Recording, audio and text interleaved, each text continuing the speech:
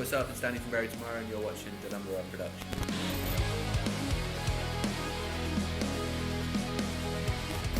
I think it was, for me, I was a bit of a late bloomer when it came to mental health issues anyway, so it was later on in my life where it manifested itself. So, well, certainly that I got diagnosed with stuff. I think I had to be well in myself, and we also, to be able to talk about it honestly. But then I also, we had to be in a position in Very Tomorrow where it wouldn't, I suppose, where honesty would be accepted by everybody when it comes to our music, when it comes to our position as a band, when it comes to our direction of travel. And we're in the best position now, the biggest we've ever been. Black Flame really connected us with so many people when it came to being an inclusive band that looks after their fans, and it was really at that point where I did a lot throughout the campaign of Black Flame really for mental health, and so actually I kind of got to a stage where I thought, well, if I'm going to talk and practice and talk about it a lot, I'm going to need to practice what I preach, which is being honest and talking about it, and luckily the 4 other dudes were keen on that and happy for me to do so, and it was just about me being honest with our fans, and it's the first time really that I'd ever not put stuff in metaphors or hidden it away, and consciously or subconsciously, so it was a really concerted effort to be really blatant about it this time.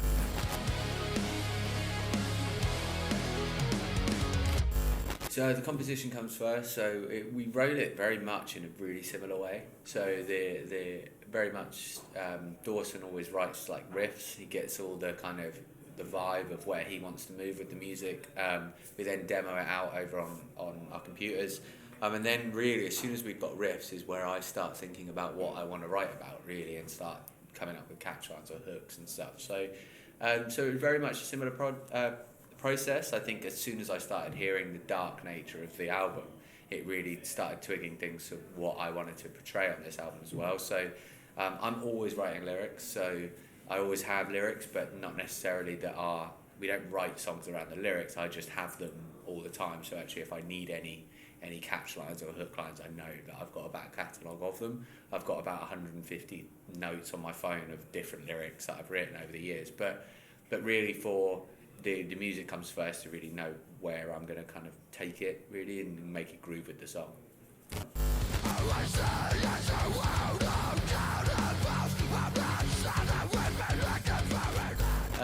This album is really dark. It's a hard listen for some people. I think people that are going through similar stuff to what I was in the point of that I'm talking about may find it a real difficult listen. Some other people may find solace in that, and there are other people that feel exactly the same as them. That's part of the freeing part of mental health and mental wellness, is actually the understanding that you're not alone. Yeah. That's one of the worst bits of mental health, is that you feel so isolated from normality and from other people, that actually it's a really freeing part of that when you realise actually, someone that they may look up to, our band, they may enjoy our band, we may be their favourite band, and actually to understand that someone that has a successful career doing something that puts them in the limelight all the time has had similar issues to them, or has had issues that perhaps make them think differently. I think that's quite freeing for some people, hopefully. But on the other hand, if people are in a dark place and they listen to those songs, they understand they're not nice songs. It's not all, well, it was a great time and I've sorted myself out now. It's a very much this is what it feels like in that moment, or it did feel like in that moment. So yeah, it's going to be interesting to see where people go with that, and people just need to be careful with letting themselves go down rabbit holes when it comes to mental health thinking and cyclical thinking and constant that spiral. They need to just make sure they're on a level. But for other people, this is just a musical journey. For other people, they don't connect with lyrics in the same way people like myself do. I'm a lyricist. I love lyrics. Every band I listen to, I'm obsessed with what they're writing about and getting myself into the same mindset as their lead singer. But other people don't. Other people just like drums and guitar and how it sounds and it being catchy. So for them, it is a Very Tomorrow album. It's a heavy, savage, brutal album with some really, really great clean hooks for them to get into and get stuck into. So for them, it will be much of Very Tomorrow that they love. So, and pushing ourselves musically as well. So, but lyrically, that's the bit that is, I think, stems a little bit differently.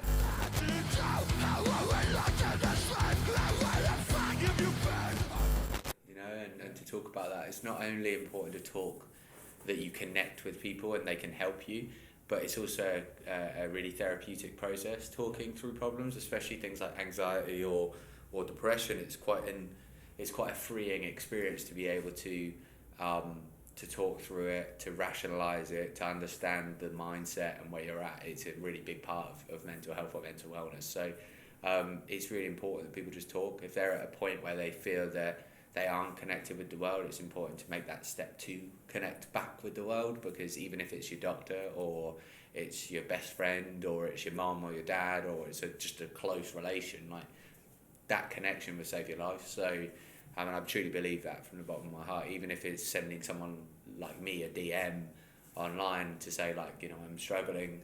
If that connection's made, then that connection can save people. So it's important people reach out, and it's important when people are well that they establish networks that they can reach out to people. So when you are well and your resilience is up here, that's the moment to start thinking about who the people are that you would go to at points where you really need a bit of help, or that they should notice that you're going off a little bit. So that's a really important thing with mental health.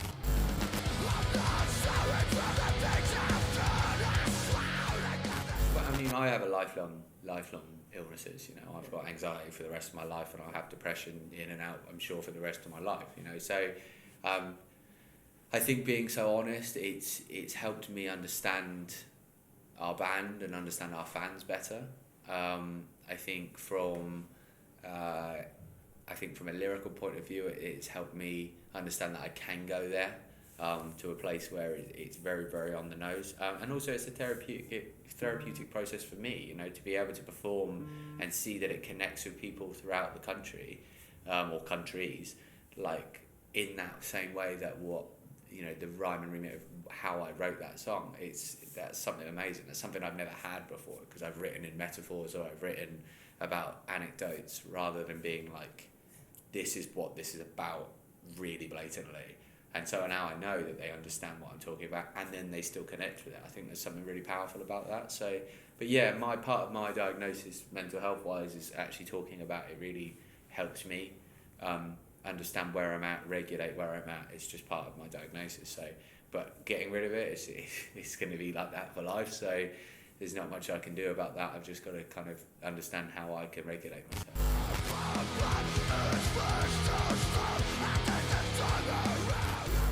Good. Like, we know Dan very well. So Dan did our first album, Portraits. Yeah. So he's an old friend of ours. You know, we loved Sixth back in the day, and we still continue to love Sixth, his band. So, like, you know, he's an old friend, and we trust him with our record, you know, and we trusted him on this one and Black Flame to really put himself in that record as well, you know. So it was a great process, but we did feel, you know, it was a lot for Dan last time to do all the mixing and mastering as well. That's a lot of work, you know, to be part of pre-production all the way through to mixing and mastering. It's a lot.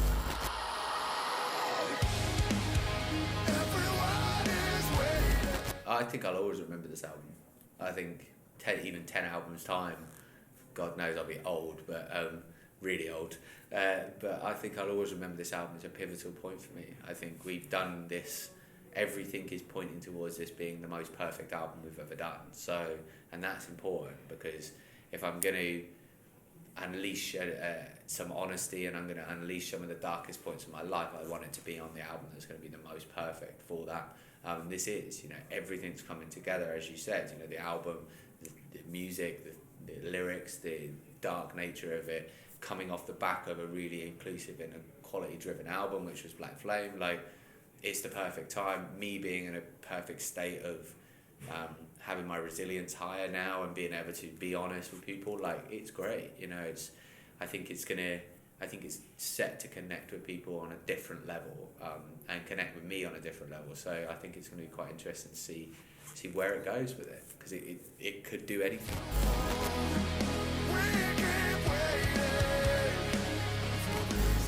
Yeah, I mean, I like music. I love music as general. I love all genres, really, and there's not much music I don't. Would I have gone through all the stuff we've gone through in a different genre, probably not. You know, I'm a metalhead, like I always have been, I always will be. Yeah, there's something about metal music that obviously connected with me when I was younger and continues to connect with me now. So I'm not sure I'd persevere through all the years of being in a van and playing to nobody and all of those things again, or certainly in outside of metal music, probably not. You know, because I am connected to music. I play numerous musical instruments, but as far as like that connection, that community, I'm not in another community. My community is my metal community that I'm part of. So it's difficult to know, isn't it, really? Maybe if my life had gone in a different way, I would have joined another band and it would have been, but I think it would always be under the rock bracket, because that's me, you know, that's what I'm about. So it'd be interesting to see. It's a really good question.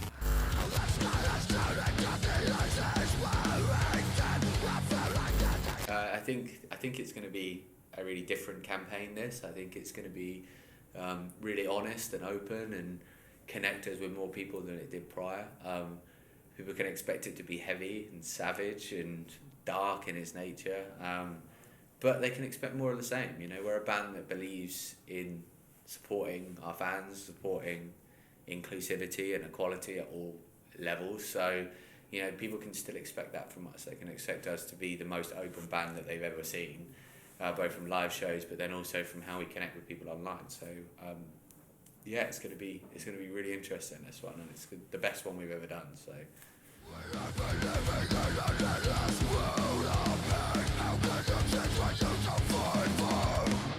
It's crazy, you know, like to see your band put out something that's got millions and millions of listens and views. I could never comprehend that, or nor should I ever expect that that's a thing. You know, I don't understand how you release a song and we've got 1 million plus plays on for one of the singles that only came out, you know, 4 months ago. It's wild to me. But I'm glad that it's still wild to me. That if I just expected that, then I think I'd be disappointed in places. But I love it, you know, and I think the more and more people we can get listening to our music, the better. You know, obviously for us and for them. So yeah, it's cool. You know, we're in the digital age. We can touch as many people in this world in a second of release. So it's definitely, we're in a different transition through streaming and YouTube and Spotify and Google Play and all the outlets, you know, iTunes. I think it's crazy that we can do that, but it's a really powerful thing that we should use to our advantage.